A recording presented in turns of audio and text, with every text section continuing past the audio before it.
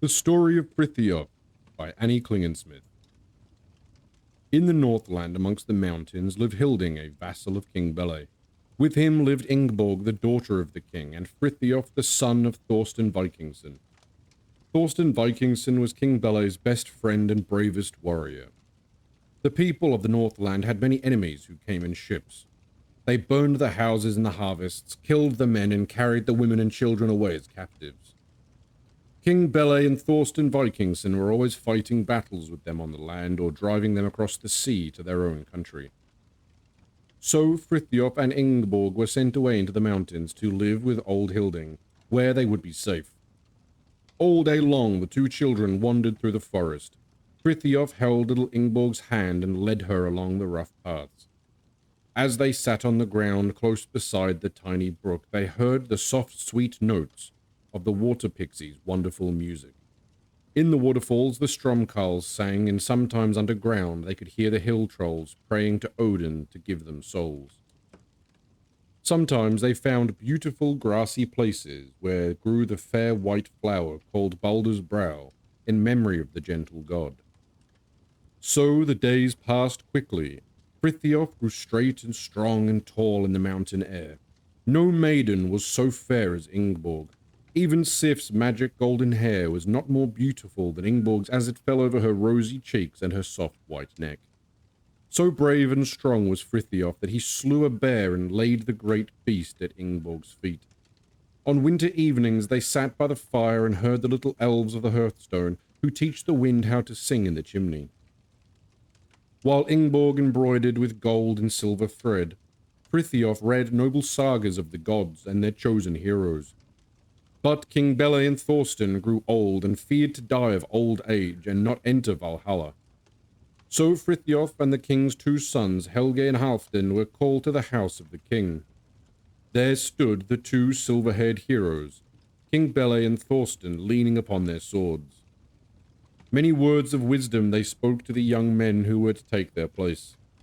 On a day when the sea shone in the sunlight and the white-capped mountains glittered like gold, King Bele and Thorstein Vikingson stood upon the deck of their dragon ship and slew one another with their swords, so that they might enter Valhalla and feast with the gods.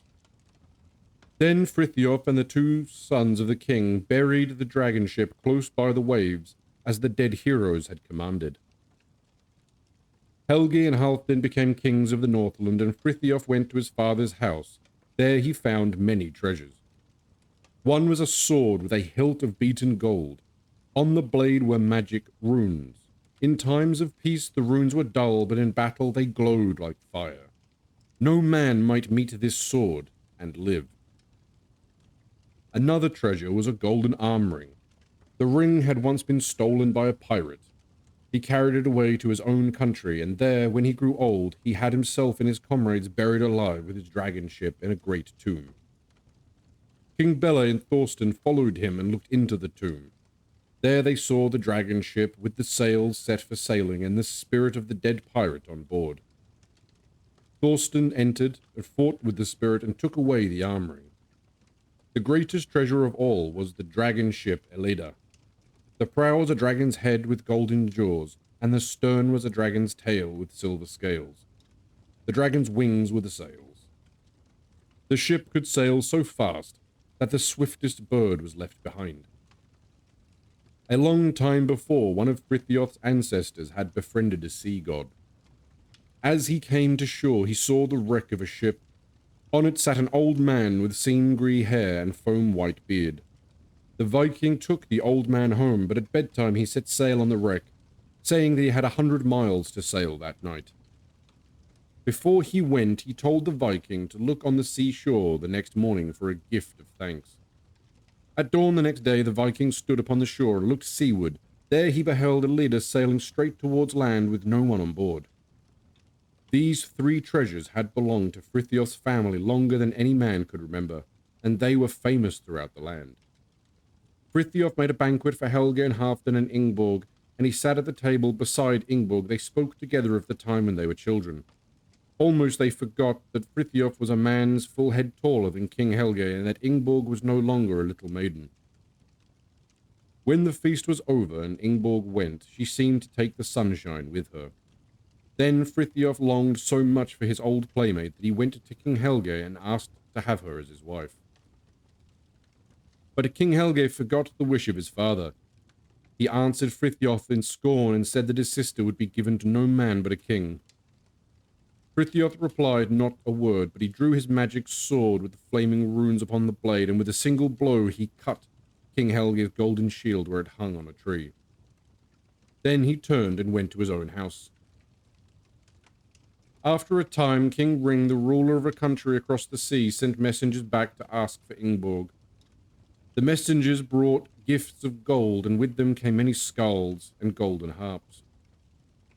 But Helge and Halfdan refused to send Ingeborg. Halfdan sent a scornful message telling King Ring to come and ask himself. When King Ring heard the message, he smote with his sword on his shield as it hung on a tree before the door.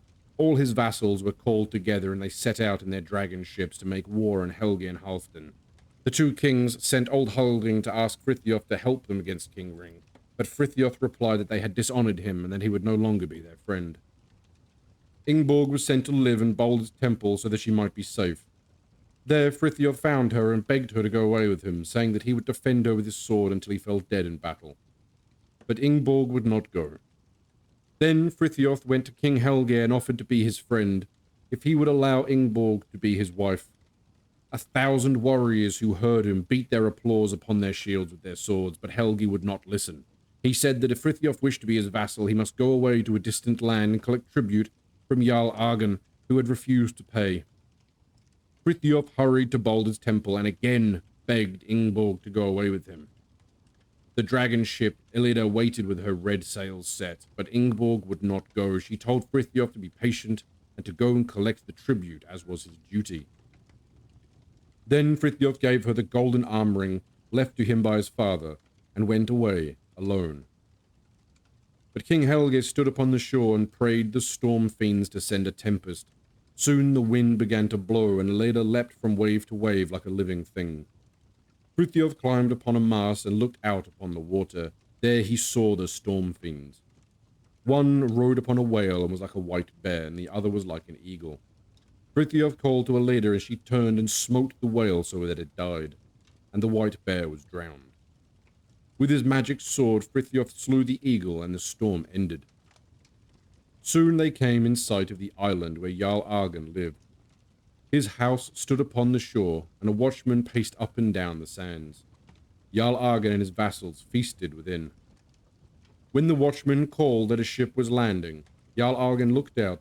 He knew a leader at once and saw Frithiof stood upon the deck. Attel, one of his vassals, seized his sword and shield and rushed to the seashore. There he and Frithiof fought upon the sand. At the first blow, both shields were broken. At the second, Attel's sword shattered. Frithiof threw down his sword, and the two warriors wrestled together. At soon Attel was overcome and lay upon the sand, with Frithiof standing on his chest. Then Frithiof said, "If I had my sword, you would feel its sharp edge, and you would die." Attel replied that he would lie still while Frithiof went for his sword. When Frithiof returned, he found Attel lying upon the ground awaiting death where he left him. But he thought it such a shame to kill so brave a man, so he gave Attel his hand, and they went together into Jarl Argen's hall. Jarl Argen sat in a silver chair high above the others. His robe was of purple, trimmed with ermine. His golden armor hung on the wall behind him. On the table before him stood a deer roasted whole. The dive's hoofs were gilded and raised as if to leap.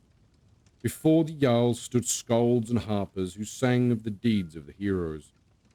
Jarl Argen welcomed Frithiof and asked his errand. When Frithiof told why he had come, the Jarl said he was not King Helge's vassal, and he would not pay the tribute unless King Helge collected it with his sword. Frithiof stayed until springtime. Then Jarl Argen gave him a purse of gold, and he returned to his home. There he found his house and his forest burned. As he stood amongst the ruins, his falcon came and perched upon his shoulder. His dog leapt up to lick his hand, and his snow-white warhorse came and touched his cheek gently with its soft lips. Soon old Hilding came and told him that King Ring had overcome King Helge and laid waste to the land. To save his kingdom, King Helge had given Ingeborg to King Ring, and at the wedding, King Helge took Frithiof's arm ring from his sister and put it upon the statue of Balder. Frithiof hurried to the temple. There he saw the priests with the king amongst them. In a moment he stood before Helge and threw the purse of gold into his face. The king fell to the floor, and Frithiof tore the arm ring from the statue. The statue fell into the fire on the altar, and in a moment the temple was aflame.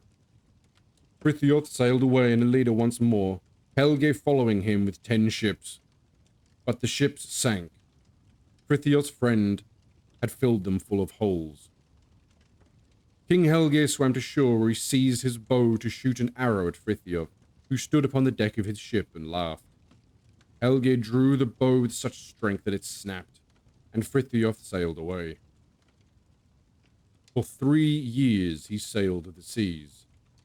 Then he longed to live on land once more. As he sailed northward, he came in sight of King Ring's country.